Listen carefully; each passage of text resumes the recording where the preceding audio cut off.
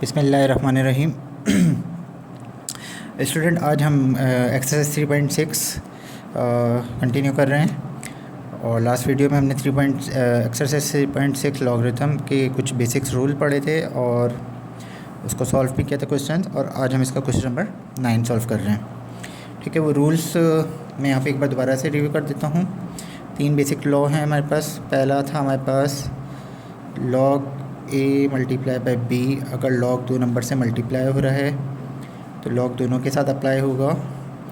Log a और ये multiply जो है ये प्लस में चेंज हो जाएगा और लॉग b हो जाएगा। रूल नंबर 2 था हमारे पास log a divided by b। अगर लॉग डिवाइड हो रहा है दो वैल्यूज़ और लॉग है उनके साथ, तो लॉग इसमें भी दोनों के साथ आएगा, लेकिन डिवाइड जब आएगा तो बीच में माइनस की साइन आ जाएगी, मल्टीप्लाई होता है तो प्लस की साइन आ जाती है, और लॉग हर टर्म के साथ अलग अलग अप्लाई हो जाएगा। और थर्ड लॉ था लॉ ऑफ पावर का क्वेश्चन, उसमें log a to the power b। तो अब अगर किसी भी वैल्यू पे टर्म पे पावर है तो लॉग a तो एज इट इज़ रहता है और जो पावर होती है वो शुरू में आके इससे मल्टीप्लाई हो जाती है। ये 3 बेसिक रूल्स थे हमने जस्ट पढ़े थे इसमें। एक्सरसाइज 3 है, इसको हमने सॉल्व करना है with the help of logarithm. ठीक है, इस क्वेश्चन को। और सबसे पहले इसका मैंने आपको तरीका बताया था कि अगर आपके पास कैलकुलेटर है तो आप कैलकुलेटर में इसको ओरली कर लें। 86.2 का स्क्वायर इसको सॉल्व करते हैं कैलकुलेटर पे, तो 86.2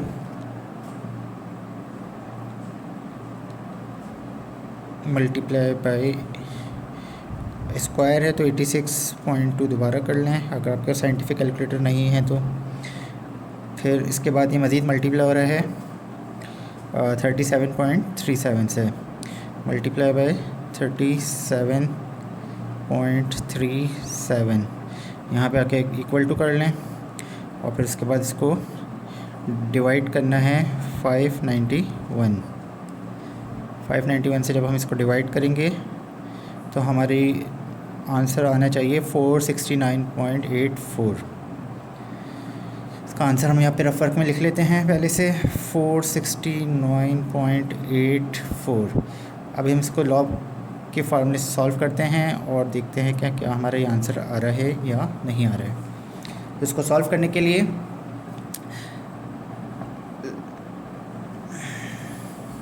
सबसे पहला काम ये कि इस पूरी टर्म को हमने कोई नाम देना है। तो इसको हम x का नाम देते हैं normally. Let x is equal to, ये पूरी टर्म आ जाएगी 86.2 to the whole square 37.37 divided by 591, और ये कर्ली ब्रैकेट, तो कि इस पूरी टर्म को हम रिप्रेजेंट कर रहे हैं x से। ठीक है, अब क्योंकि इसको लॉग की मदद से सॉल्व करना है तो अभी क्या करेंगे हम यहाँ पे taking log on both side पर हम लॉग अप्लाई कर देंगे, यानी इक्वल टू की बोथ साइड, इस साइड पर भी और इस साइड पर भी। तो इस टर्म के साथ x के साथ भी लॉग आ जाएगा और इस पूरी टर्म के साथ भी लॉग आ जाएगा। तो ये हो जाएगा हमारे पास log x is equal to log, और ये पूरी टर्म एज इट इज़ आ जाएगी 86.2 होल स्क्वायर 37.37 डिवाइडेड बाय 591। ठीक है, अब यहाँ पर आने के बाद अब हमने करना क्या है कि अब ये जो तीनों लॉ हैं हमारे, ये इसमें अप्लाई हो रहे हैं, क्योंकि इसमें डिवाइड भी हो रहा है, मल्टीप्लाई भी हो रहा है और पावर भी आ रही है। तो तीनों लॉ जो हैं वो इस पर अप्लाई हो रहे हैं, तो तीनों लॉ हम इस पर क्या है अप्लाई कर देंगे। यहाँ पे हम बिल्कुल लिख भी देते हैं अप्लाई लॉग को अप्लाई कर देते हैं।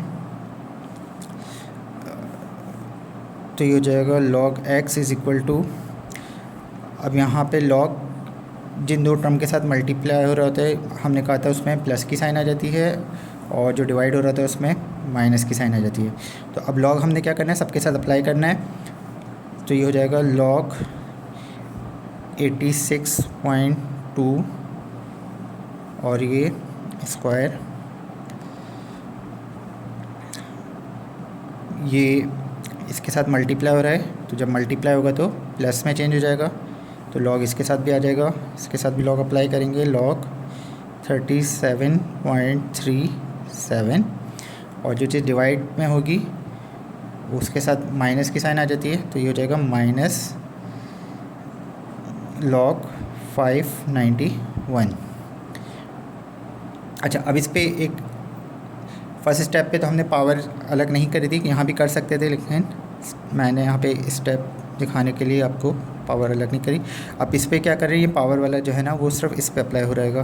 तो अब क्या होगा कि पावर जो है वो पहले आ जाएगी और log A as it is रहेगा, यानी पावर शुरू में आ जाएगी और लॉग 86.2 एज इट इज़ आ जाएगा। तो ये पावर 2 शुरू में आ जाएगी और लॉग 86.2 ये हो जाएगा, और बाकी टर्म एज इट इज़ लिख देंगे, लॉग 37.37 माइनस लॉग 591।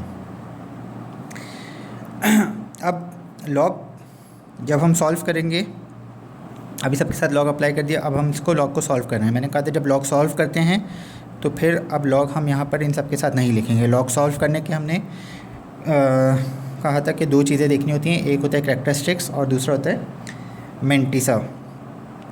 कैरेक्टरिस्टिक्स पिछली वीडियो में हमने देखना सीखा था कि डेसिमल को फर्स्ट डिजिट के बाद लाने में हमने कितना मूव करना है, वो हमारा कैरेक्टरिस्टिक्स होता है।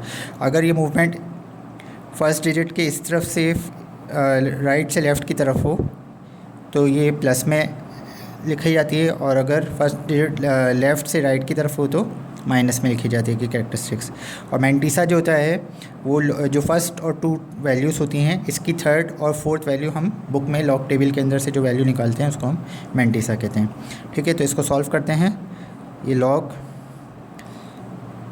एक्स एज इट इज़ रहेगा, ये 2 एज इट इज़ रहेगा और ब्रैकेट आ जाएगा। इसका कैरेक्टरिस्टिक्स हम देखेंगे।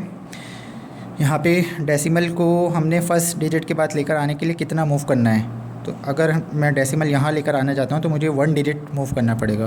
तो कैरेक्टरिस्टिक्स इसका +1 हो जाएगा, तो क्या ये राइट से लेफ़्ट की तरफ मूव हो रहा है, तो ये इसका कैरेक्टरिस्टिक्स हो गया। अच्छा, मेंटिसा कैसे निकालेंगे? अब मेंटिसा के लिए हमने बुक में से लॉग टेबल देखना है और उसमें ये जो फर्स्ट 2 वैल्यूज़ हैं 86, इसकी थर्ड वैल्यू हमने कॉलम में देखनी है, और अगर फोर्थ वैल्यू होती तो वो भी देखते, वो यहाँ पर हम देखेंगे। तो 86 का सेकंड वैल्यू हमने देखनी है लॉग टेबल में, इसको हम मेंटिसा कहेंगे, और वो जो वैल्यू आएगी वो हम यहाँ पर लिख देंगे। और जब हम कैरेक्टरिस्टिक्स और मेंटिसा लिख रहे होते हैं तो अब ये इसका मतलब हमने लॉग को सॉल्व कर दिया, तो अब लॉग यहाँ पे हम नहीं लिखेंगे। तो अब बुक में से हमने क्या करना है, 86 की सेकंड वैल्यू देखनी है। तो हमारे पास बुक में से लॉग टेबल आ जाएगा, और लॉग टेबल में हम देखेंगे ये फर्स्ट कॉलम जो है हमारे पास, इस फर्स्ट कॉलम में हम ढूंढेंगे 86 कहाँ है लॉग टेबल के अंदर। ठीक है, ये एंटी लॉग टेबल में नहीं ढूंढना है, लॉग टेबल में देखना है। 85 और 86 की ये 0 1 2 3 ये 9 तक वैल्यूज़ ये हैं, और फिर उसके बाद 1 से लेकर 9 तक वैल्यूज़ ये हैं। तो पहली जो वैल्यू होती है 86 के बाद वो इन 1 से 9 में देखते हैं, और जो सेकंड वैल्यू अगर होगी डेसिमल के बाद वो इन 9 वैल्यूज़ में से देखेंगे 86 के ही कॉलम में। तो फ़िलहाल हमारे पास सिर्फ 86 के बाद एक ही वैल्यू है 2, तो वो हम देखते हैं। 86 की फ़र्स्ट वैल्यू है ये 0 है, 86 की 0 वैल्यू, फर्स्ट वैल्यू और सेकंड वैल्यू। 86 की सेकंड वैल्यू हमारे पास गिवन है 9355। तो ये जो वैल्यू है ये हमारी मेंटिसा यहाँ पर आ जाएगी। 86 की 2 वैल्यू हमने देखी तो ये आ गई 9355। ठीक है, ये हमने लॉग इसका सॉल्व कर लिया। अब इसी तरीके से इसका भी कैरेक्टरिस्टिक्स और मेंटिसा लिखना है, तो अब यहाँ पे लॉग नहीं लिखेंगे। अब इसमें भी हमने ये देखना है कि लॉग को कैलकुलेट करने के लिए डेसिमल को हमने कैरेक्टरिस्टिक्स के लिए कितना डिजिट लेकर आना है। डेसिमल हमेशा पहले नंबर के बाद लेकर आने के लिए कितना मूव करना पड़ेगा उसको कैरेक्टरिस्टिक्स कहते हैं। ठीक है, तो यहाँ पर अभी 2 नंबर के बाद है, तो 1 नंबर के बाद लेकर आने के लिए इसको मुझे कितना मूव करना है, 1 डिजिट, यानी यहाँ से यहाँ लाने में 1 डिजिट मुझे मूव करना है। और अगर राइट से लेफ़्ट हो तो +1 होता है, और अगर ये इसके पीछे से 0 होता और यहाँ से मूव करते तो फिर -1 लेते, लेकिन क्योंकि राइट से लेफ़्ट ले रहे हैं और 1 डिजिट मूव कर रहे हैं तो इसका कैरेक्टरिस्टिक्स भी 1 हो जाएगा। और डेसिमल लगा देंगे। मैंटीसा की वैल्यू के लिए हमेशा हम डेसिमल लगा के उसके आगे मैंटीसा की वैल्यू लिखी जाती है, जो बुक से हम देखेंगे लॉग टेबल में। तो अब यहाँ पे हमने बताया जैसे 86 का 2 वैल्यू देखी थी, इसी तरीके से यहाँ पे 37 का 3 वैल्यू देखेंगे। अच्छा यहाँ पे तो फोर्थ वैल्यू थी नहीं, डेसिमल के सेकंड वैल्यू अगर होती तो वो भी देखते, लेकिन यहाँ पर है। तो अब यहाँ पर 37 का पहले 3 देखेंगे और फिर 37 का 7 सेकंड कॉलम में देखेंगे बुक में। तो ये फिर से हम लॉग टेबल ले लेते हैं और इस लॉग टेबल में 37, ठीक है, ये आपको साथ साथ बुक रखनी पड़ेगी। और बुक में से तो कि बहुत ज़्यादा माइक्रो है तो इसमें विजिबल सही नहीं होगा, फिर मैं करीब करके दिखा देता हूँ। 35, ये वैल्यू 35 है, 36, 37 ये है। यहाँ से इसका हमने 37 की 0, 1, 2, 3, 37 का 3 आ रहा है हमारे पास 5717। तो इस वैल्यू को हम क्या करेंगे, कहीं रफ वर्क में नोट कर लेंगे। 5717 यहाँ पर मैं इस वक्त इसको लिख लेता हूँ 5717, आप रफ वर्क में इसको कहीं लिख लेगा। तो 37 का जब हमने 3 चेक करा लॉग टेबल में तो हमारी वैल्यू आई 5717।